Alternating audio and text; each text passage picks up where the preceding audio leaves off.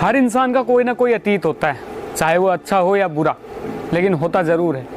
और हर इंसान अपने दिमाग में यह बात कूट कूट कर भर लेता है कि हमारा भविष्य भी वैसा ही होगा जैसा हमारा अतीत था।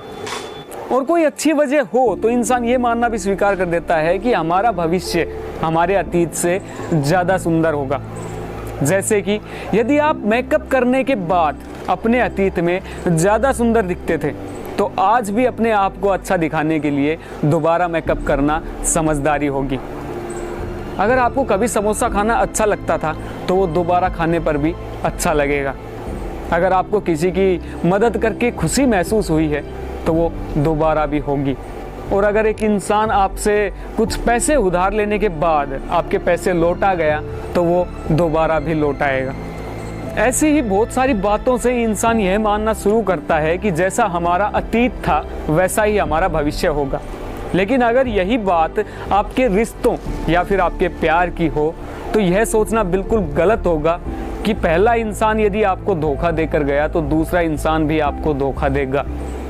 देखिए, हर इंसान का अपनी ज़िंदगी को जीने का अलग अंदाज है, और जब वो आपके पास आता है तो वो एक कोरे कागज़ के समान होता है। और उस इंसान के बारे में ऐसा सोचना कि वो इंसान आपको धोखा देगा, ये गलत है।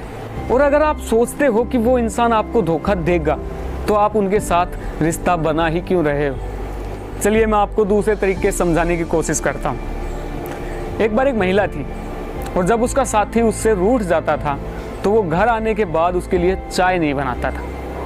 और उस महिला ने अपने दूसरे साथी के बारे में भी यही सोचना शुरू कर दिया कि जब वो घर वापस आता है और मेरे लिए चाय नहीं बनाता तो वो भी उससे रूठा हुआ है।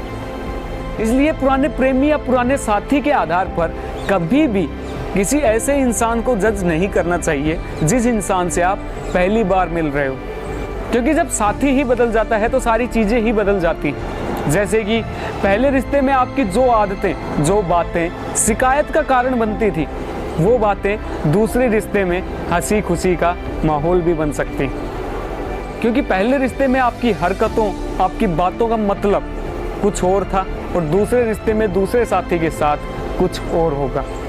इसलिए अपने नए साथी को अपने पुराने साथी के रंग में रंगना बंद कर देना चाहिए।